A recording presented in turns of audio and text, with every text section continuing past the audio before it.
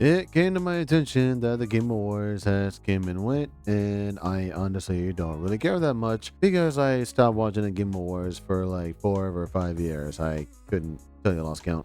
But there was actually something that happened that caught my attention, and by that I mean I was looking around YouTube to see what stupid announcements happened at that shitty award show, and I come across this video by this person who worked on Baldur's Gate 3, and he had something very important to say about the game industry, and I honestly believe that it is something that needs to spread like wildfire because there is absolutely no way that the shitty behavior that I'm seeing in the game industry right now is acceptable, because no, it's not. So it's about time that someone stepped up and said what needed to be said, because I've been saying it, you've been saying it, a lot of people have been saying it, but the official suits who actually make all this shit really didn't get the message from us. So it had to come from someone of high authority, and I believe this gentleman that you're about to see is embodying all of that. So this is Swen Vinke, I think is his name. This is the man who was responsible for Baldur's Gate 3, and I'm not sure about the other two Baldur's Gate games, but anyways, what he had to say at the Game Awards was so enlightening that honestly, it's not really news to anybody, but people have yet to learn the lesson, or they have to relearn it. But anyways, I'm just gonna play that and give my sense about it, because again, this needs to spread like wildfire. This is nothing new, because in this day and age, we should have been figured shit out, and people have yet to figure shit out, or they have to relearn the shit again. So yeah, here we go. I realize you guys have been sitting here for over 3 hours, but I still have some time credits from last year to cash in. So it turns out that not only will I be the one who will know as first which game wins tonight, but I actually also know which game is going to win next year, the year after, and the year after. Now, how do I know this? Well, an oracle told me. She said, change is coming. It's a modern oracle, so they made me sign an NDA, but I trust all of you. I know you can keep a secret. You will never leak it. The oracle told me that the game of the year 2025 was going to be made by a studio who found the formula to make it up here on stage. It's stupidly simple, but somehow it keeps on getting lost. Studio made their game because they wanted to make a game that they wanted to play themselves. They created it because it hadn't been created before. They didn't make it to increase market share. They didn't make it to serve as a brand. They didn't have to meet arbitrary sales targets or fear being laid off if they didn't meet those targets. And furthermore, the people in charge forbade them from cramming the game with anything whose only purpose was to increase revenue and didn't serve the game design.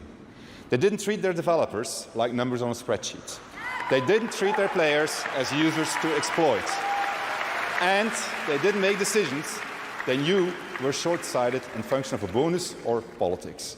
They knew that if you put the game and the team first, the revenue will follow. They were driven by idealism and wanted players to have fun. And they realized that if the developers didn't have fun, nobody was going to have any fun. They understood the value of respect, that if they treated their developers and players well, those same developers and players would forgive them when things didn't go as planned. But above all, they cared about their game because they loved games. It's really that simple, said the oracle. Winning Game of the Year turned out to be a life-changing event for us. It was an amazing thing. To those who will win Game of the Year 2024, you have no idea what's waiting for you. It's an incredible honor, and you're in for a heck of a ride.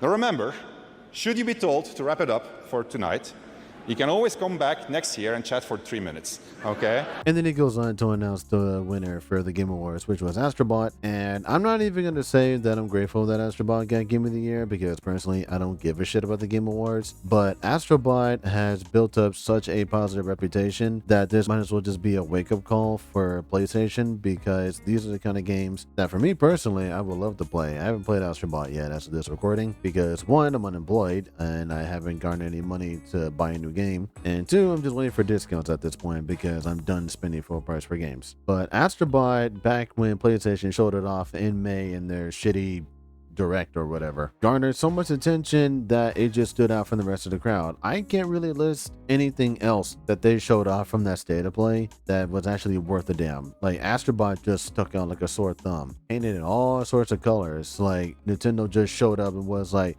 here, PlayStation, try this instead. And Astro Bot came to be, and I thought to myself, how come PlayStation doesn't make games like these anymore? Because nowadays, and I forgot who said it, I think it was like some retired CEO who used to work for PlayStation, Jim Ryan was it, who was saying all this bullshit about how PlayStation games need to look like movies, and that's why the brand is declining, and that's why we end up with slop like The Last of Us Part 2, find out god awful the narrative in that game is, and whatever this intergalactic game that Naughty Dog shout out. Because not that we need a colorful platformer to come back or anything, and then that's getting roasted, and they turn the comments off when they showed that, and everyone is losing their shit, because of some bald-headed lady who may or may not have used the hair clippers incorrectly and just doesn't look attractive. For me personally, this needs to be said because a lot of gaming studios have been doing a lot of dumb, irresponsible, childish shit over the last couple of years, decades even. You had EA trying to justify their shitty loot boxes and microtransactions. Do you consider loot boxes to be an ethical feature of your games? Kerry?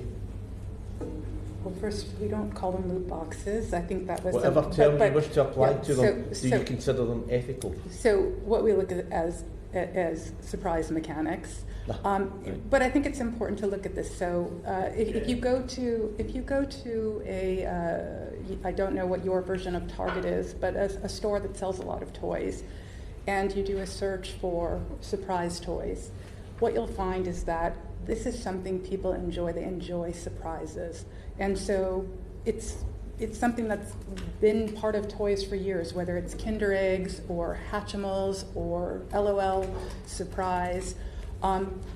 We do think the way that we have implemented these kind of mechanics, and FIFA, of course, is our big one, our FIFA Ultimate Team and our packs, is actually quite ethical and quite fun, enjoyable to people. We agree with the UK Gambling Commission, the Australian Gambling Commission, and many other gambling commissions that they aren't gambling. And we also disagree that there's evidence that shows it leads to gambling. You had Ubisoft trying to justify their shitty actions, but whatever shitty game that's coming out, Star Wars Outlaws included. And I still remember what Konami did back in the day when they were monitoring employees and they didn't let Hideo Kojima go to the Game Awards to accept his award that he rightfully deserved. Mr. Kojima had every intention of being with us tonight, but unfortunately he was informed by a lawyer representing Konami just recently that he would not be allowed to travel to tonight's awards ceremony to accept any awards. He's still under an employment contract, and it's disappointing, and it's inconceivable to me that an artist like Hideo would not be allowed to come here and celebrate with his peers and his fellow teammates such an incredible game as Metal Gear Solid 5. But that's the situation we're in. Hideo is in Tokyo right now watching the show, so we want you to know, Hideo, that we're thinking of you. And we miss you. We hope to see you at the Game Awards 2016. So it doesn't matter how much of a goody two-shoes that each company is, they're not friendly. They never were. They might have put out some stuff that people liked back in the day, or perhaps even now, but let's not forget what these are.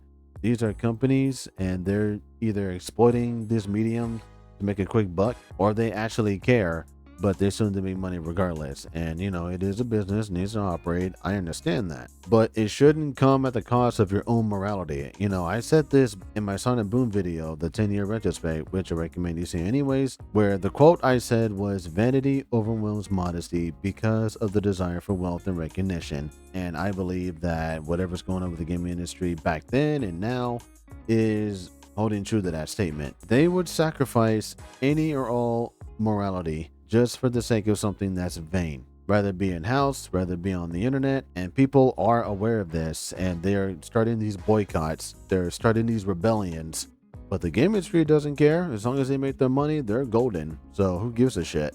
And honestly, that's the problem, is that they're all stuck up in their own ego, and they're so careless about what goes on in the minds of the consumer that they just stop caring. They just want to make the game whatever and however they want, and then they just want to release it, and then they just want people to shut up and buy it. That's what's going on with Naughty Dog right now with this intergalactic thing that I keep hearing about. So for me, it doesn't really matter how good a company really is, because underneath it all, there's bound to be some shit, and that has been proven true time and time again.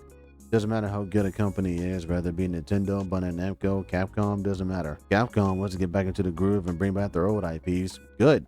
Because at this point, I am absolutely fucking tired of Resident Evil. I am so tired of it. And the one IP that people want back is Dino Crisis, which I dubbed is just Resident Evil, but you kill dinosaurs. I just want the X series to come back. X0 and ZX. That's basically where I've been with Capcom for most of my life. And then other franchises include either Power Stone, Final Fight, or maybe a little bit of Ghosts and Goblins. But no, I never was a Resident Evil guy, never was a Monster Hunter guy, never was Ace Attorney. In fact, how I got into Ace Attorney was those machinimas that Dexter Manning put out. I would like to draw attention to the large white van with no windows outside, full of tied-up little boys that belongs to none other than Mr. Fondles here. Objection! They're just his roommates. No, we're not! Help us! Shout outs to him. But Capcom wants to get back into a groove and bring back their old IPs. Thank God. Because I am absolutely sick and tired of Resident Evil at this point. Sega's getting back into a groove, bringing back their old IPs, Jet Set Radio, Crazy Taxi, Shinobi, Golden Axe, Where the Fuck Is Knights? I'm still waiting on that. So you got those companies that's bringing back their old stuff, and then Nintendo, for the life of them, just cannot bring back Star Fox, F-Zero, and Kid Icarus. The one thing that F-Zero is getting is updates on F-Zero 99. Star Fox did not get the green light for Armada. F-Zero didn't get the green light for that new game, and Kid Icarus to this day is still MIA. 12 years, about to be 13 or 14, after the release of Kid Icarus Uprising. So hopefully that new console that they have yet to show off can turn that around. And that's what the gaming industry needs to do more than anything, is to reflect, and they need to turn around, because there is absolutely no way that they can just continue this monopoly spree of them exploiting whatever system just to make a quick buck, and then completely ignore the fans and the consumers and possibly the investor that they have royally pissed off. People are upset, people are frustrated, and people will boycott and they will rebel. They just want to go back to the days where shit just made sense. I want to go back to those days, but then new shit keeps happening that keeps interfering with the old shit, and the new shit honestly is not that interesting, especially what's going on in the West. I can look forward to games like Stellar Blade, which is made outside of this country, and then what happens in this country can just show up, slowly die, or just go through a quick death like Concord did. So I'm honestly getting sick and tired of people not learning this lesson, or they have to relearn the lesson, because again, you should have figured shit out. Stop using the game industry as a means to satisfy your own shitty goals, and show the fuck up and do the job the right way. Failing that, you can just fucking leave, because we don't need your kind here. And it's a shame that I have to keep saying that, because again, we should have been learning this shit, but no. So I'm glad that people like this Swen Vic guy can show up, say what needs to be said at the fucking Game Awards of all places. Someone needs to give this dude like a 1-hour seminar about this kind of subject, because this really needs to be talked about in great length. Okay, all that funding, all the money that you've earned from people buying your products can be devoted into the next product that you put out, and that's how you end up on the stage on a pointless show like the Game Awards. Now, personally speaking, like I said, I don't care about the Game Awards. I've been stopped caring. I really don't have a Game of the Year of my own, because again, unemployment and people just don't want to hire me, whatever. But I'd rather just go back to a time where everything made sense, because right now nothing is making sense. Things are just absolutely making the least sense. We're going backwards instead of forward.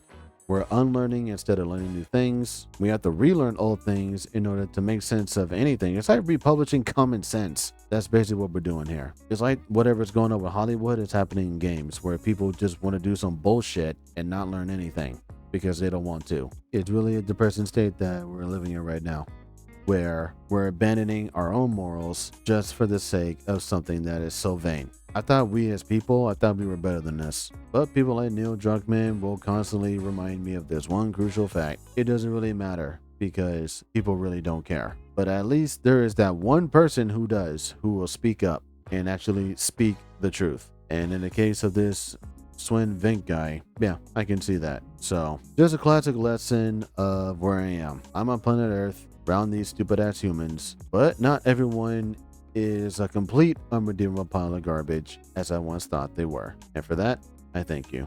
Seriously, give this dude a 1-hour seminar. He earned it after that. Like, holy shit.